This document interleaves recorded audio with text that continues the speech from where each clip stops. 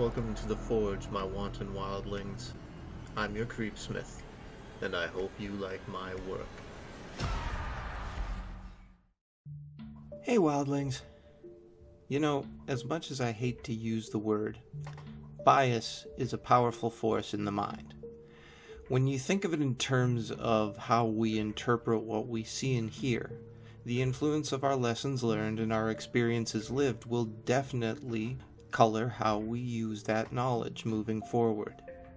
Keep that in mind for tonight's reading, The Man in Blue, by Asdeathbeckons.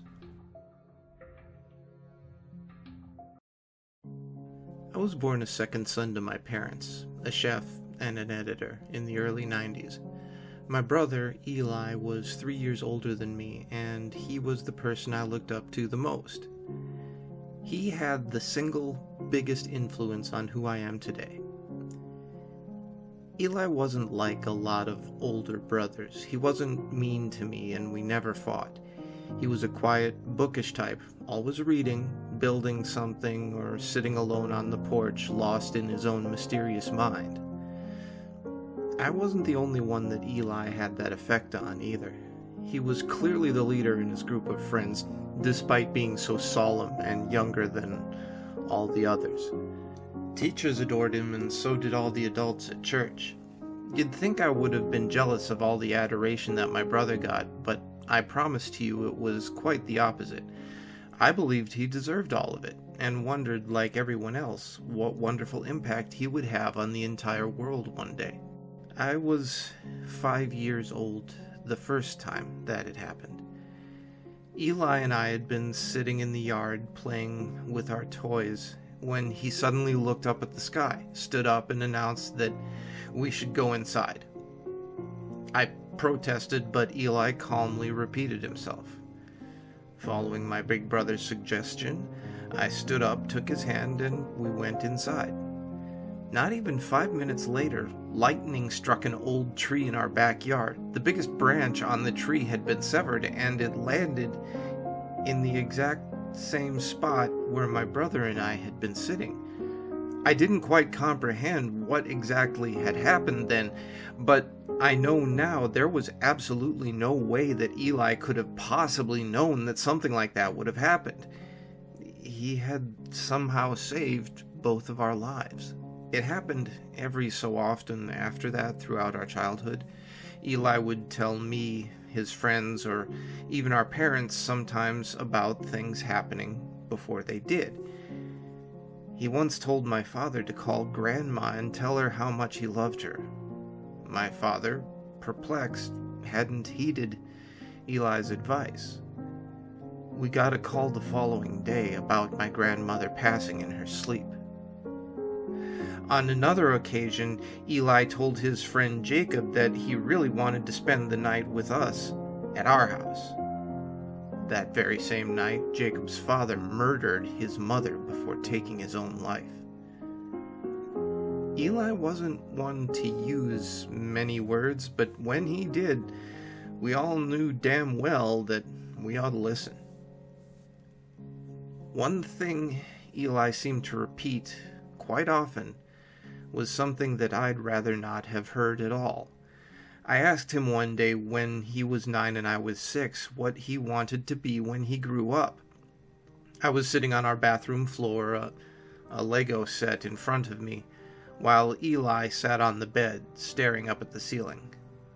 He had wrinkled his face up then as though he was contemplating something. Then, without looking at me, he said, "I won't grow up." You can imagine how confused I had been. Everyone grew up, right? Everyone would be an adult one day. Anything else didn't make sense. What? I mean when we get big. I want to be a dinosaur when I get big. How about you? Eli was quiet for a few seconds before he turned to me, grinning. How about a clown? I can make everybody laugh. Not too long after that, our pet mouse died. I remember crying my eyes out that night, but before I fell asleep, I asked Eli what Mom and Dad meant when they said that Mickey was never coming back. Eli was blunt with me. It means he's dead, Davy. He's moved on, just like I will, soon. What? You're gonna be my brother forever. Yeah, we'll always be brothers. But I won't make it past 11. I had glanced at our elephant clock then. It was 9:06. Of course, he wasn't going to make it past 11. That was 2 hours away, and so I went to sleep, and so did he.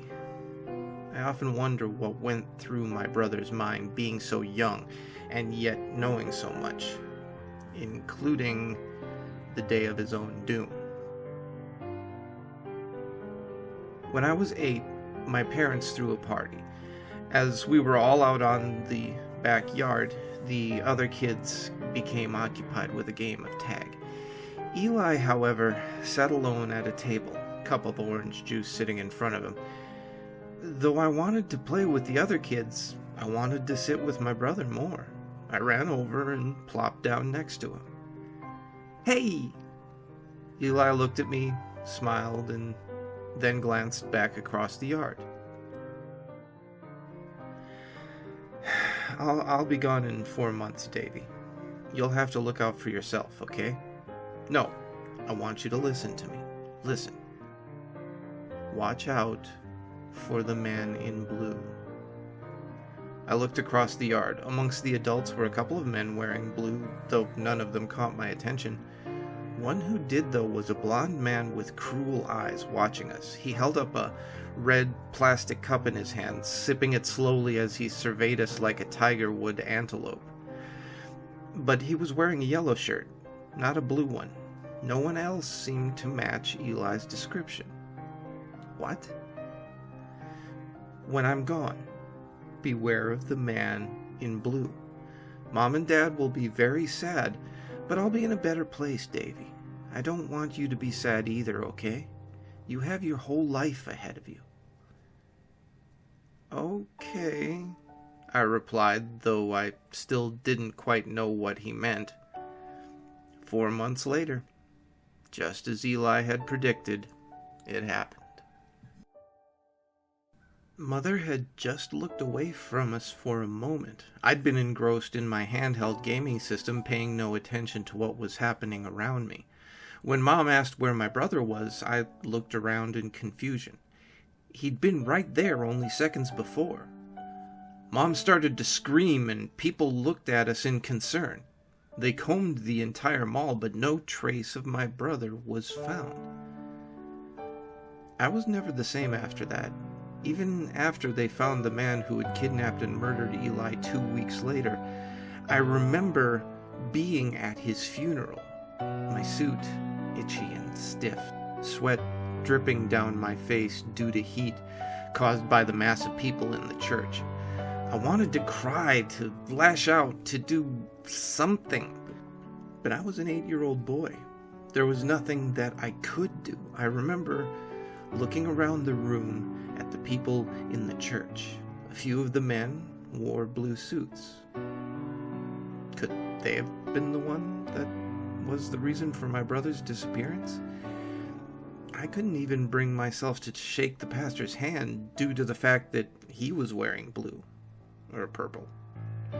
My father wasn't too happy about my rudeness, but I didn't care.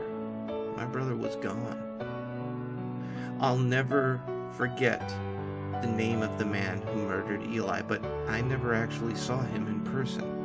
When I was old enough to look him up, every picture I saw of him, he was in an orange jumpsuit. Had he been wearing blue the day that he stole my brother from us? I'll never know, but my paranoia never faded. Now I began to wonder if Eli had actually meant that I needed to look out for the man in blue. And so I did. From my childhood to my young adult years, I was always wary, always distrustful. I knew better than not to heed Eli's words. If he said it, then he'd said it for a reason. I met Terry when I was 19. She was one of the most beautiful people that I'd ever met. And less than 2 months after we started seeing each other, I truly believed that I had met the love of my life. I thought wrong. 2 years into our relationship, she left me for another man. The one light that had been shining in my perpetual darkness had gone out. Now I was left to face my nightmares of Eli alone. I turned to alcohol to help me get through my state of complete misery. That only made things worse.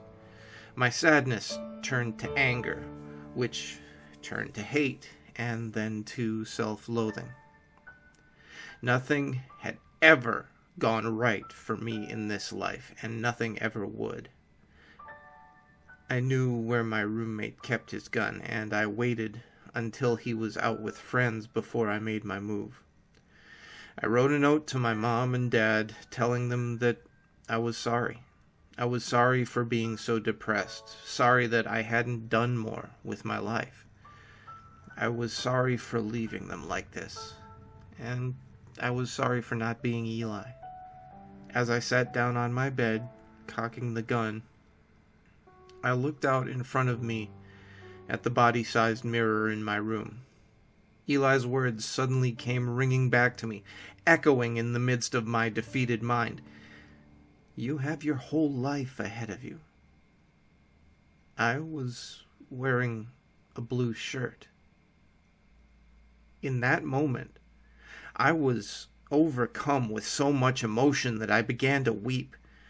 I carefully set the gun down on the bed next to me and cried for the first time since I was 8 years old. Even now, decades after his death, Eli had found a way to look out for me. His bigger little brother. I've changed for the better since that incident. I'm not going to act like the sadness has suddenly gone away, but I don't let it hold me down anymore. I have a new girlfriend, a nice job, and I visit my parents as often as I can. I know that I should, and I will, enjoy life to the fullest. That's what Eli wanted for me. So, yeah, wildlings, our notions of how our lives work, preconceived in our interpretations, can make us misunderstand many things. You may want to keep that in mind in your own life. Stay scary, live your life to the fullest, and make the most of your nights.